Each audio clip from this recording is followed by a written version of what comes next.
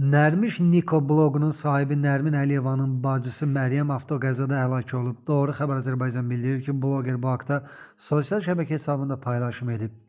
Bu dünyadan bir mələk köçdü. Mənim saf, sevgi dolu, gözəllər gözəli Merim. Artıq necə yaşayacağımı bilmirəm. Qəlbimdə elə ağır acı var ki, ölənədək qalacaq. İnanmaq, qəbullanmaq istəmirəm. Birinin məni bu yuxudan oyatmağını gözləyirəm. Ruhun şad olsun mənim həyatım, gözəl bacım, balaca balam deyə o bildirib. O əlavə edib ki, dəfn mərasimi 16 iyunda Gəncədə baş tutacaq.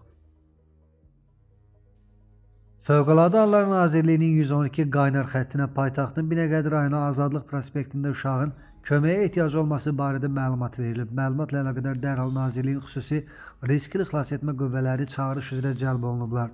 Hadisə yerində əməliyyat şəraiti qiymətləndirilərkən 2015-ci il təvəllüdlü uşağın başının stadionun dəmir barmaqlıqları arasında sıxılaraq təhlükəli vəziyyətdə qaldığı müəyyən edilib. Xilasedicilər xüsusi xilasetmə vasitələrini tətbiq edərək Gülməmmədovu xilas ediblər. Şəki sakini keçmiş həyat yoldaşını və qaynanasını qətlə yetirib. Hadisə gecə saatlarında Bakı şəhərinin Ramana qəsəbəsində qeydə alınıb. Belə ki, Şəki rayonunun Cəfərabad kənd sakini 1991-ci il təvəllüdlü Vüsal Lütfəliyev keçmiş həyat yoldaşı Xəyaləni və onun anası İradə adlı qadını qətlə yetirib.